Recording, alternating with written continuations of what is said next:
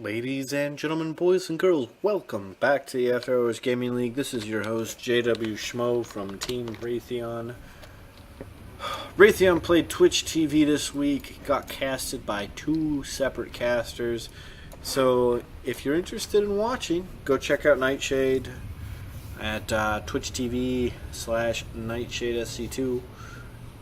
Fantastic job by him, little shout out. So instead of playing and casting redundantly the same match, I decided to provide my fantastic casting services for the epic Palantir Battle of the Century.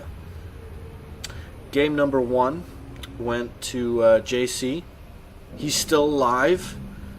Very effective TVZ matchup there. And ended up with the win with some Thor play against some Medivacs. Mutalisks. And let's see, let's get right into game number 2. What do we want to do? Let's try this one. There we go. Little funk. Alright, so in the upper left-hand corner, playing for Epic is Resolute himself as the blue Terran. And in the bottom right-hand corner, playing for Palantir as the red Protoss is BK. Alright, so we've got TVP here in game number 2. And let's just, let me just, and let's, best of 5. Epic won that first one. Yes. JC is alive. The blue Terran. Yes, some very effective foreplay against a Muta Zergling Baneling play. The mech army of JC is alive, very effective in taking out his Zerg opponent. The transition to Ultralisk just didn't happen quick enough, unfortunately, for Palantir's player. And a little bit of a wrath here. Resolute's going to have to do a little bit of micro here if he expects his SCV to survive. So now a little bit of background here. That SCV, the first unit lost. This SCV has done a glorious thing today, sacrificing its life for the good of the country. Ah, yes. This probe with 1 kill will be the only kill of its short existence, its short robotic existence.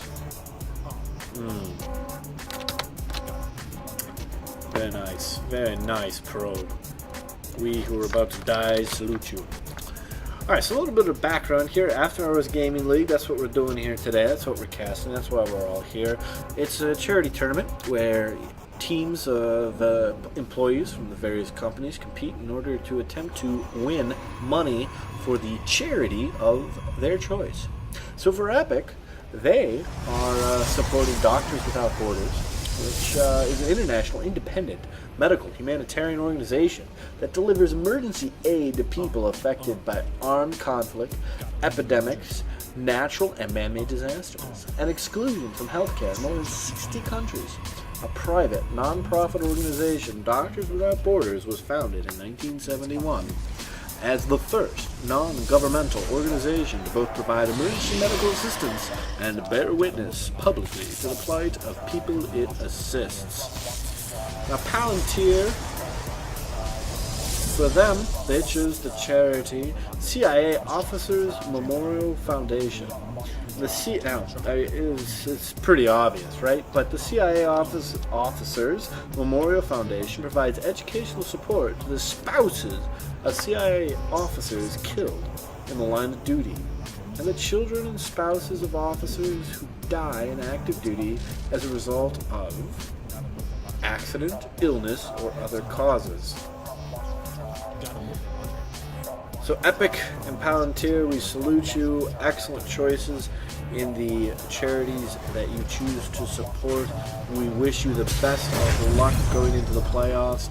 Now, both of these teams can play for the $5,000 grand prize for the playoffs for the quote-unquote A-League playoffs. We're not doing A-League this season. However, there is going to be a 2-tiered playoff system based on a Swiss scheduled regular season. And there will also be a quote-unquote B-League playoff tier, which will have a $1,000 grand prize. Both teams can win that money to donate to the charity of their choice. And this is a very interesting play by BBK. Going for the, what is this? The 4A with a very interesting Dark Shrine placement.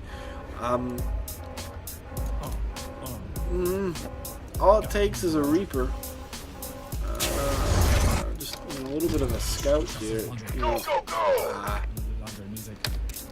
I mean, looks like Terran's going to move out. It does look like he is going to go for a bio composition here at the 7-minute mark.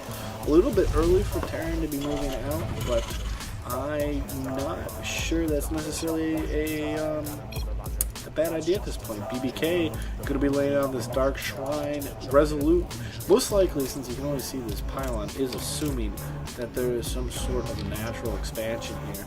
He is unaware that is a Dark Shrine right about now. And that's going to get pretty quick. I'm going to assume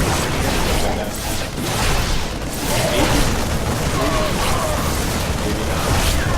All of a sudden, BBK looking very strong with these 4.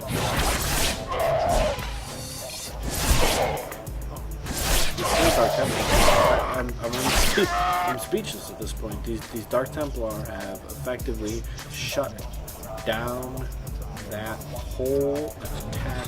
Resolute now having to backpedal. BBK, different kind of strategy here. Dark Shrine, kind of in the middle of nowhere. I don't even know why he needs to power this. You should be able to build Dark Templar at this point.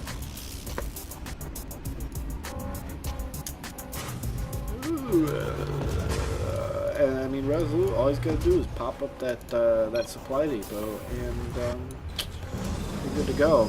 So BBK going to make a bit of a push here. Be interesting to see what's going to happen. I'm going to be honest with you. I mean, Resolute's got a missile turret. You know, that Dark Shrine is going to be powered. It does look like it's just time to die. The wall needs to go up.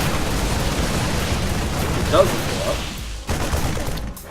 And it does look like Resolute's going to give a little bit of a chase.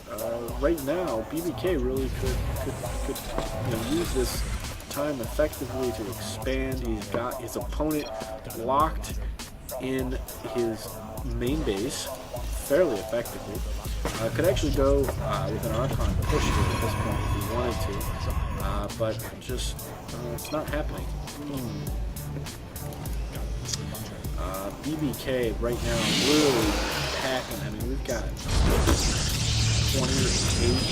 29 probes here on the middle line. A little bit of overkill, not gonna lie. And Resolute taking the initiative here to put down his second base with the flying command center. The flying V. Alright, we got a ton of zealots coming down. This is going to be interesting. Another pylon going down for BBK to prevent the supply block. Really, though, at this point, needs to expand. Needs to play the long game at this point. So that's what it is. He's waiting for charge to come out. So he's going to try and make a run at this stronghold right here. However, at this point, Resolute is just going to be able to overwhelm the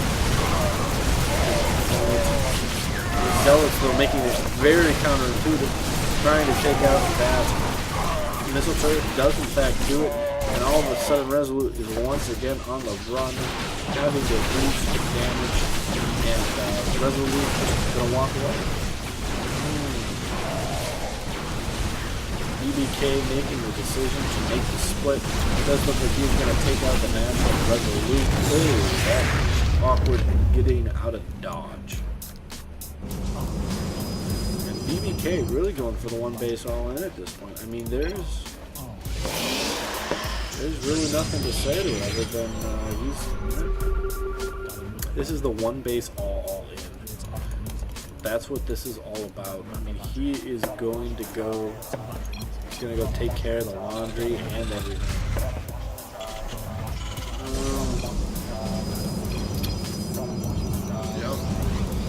Yep. BBK packing the gas, man. Packing the gas. Resolute.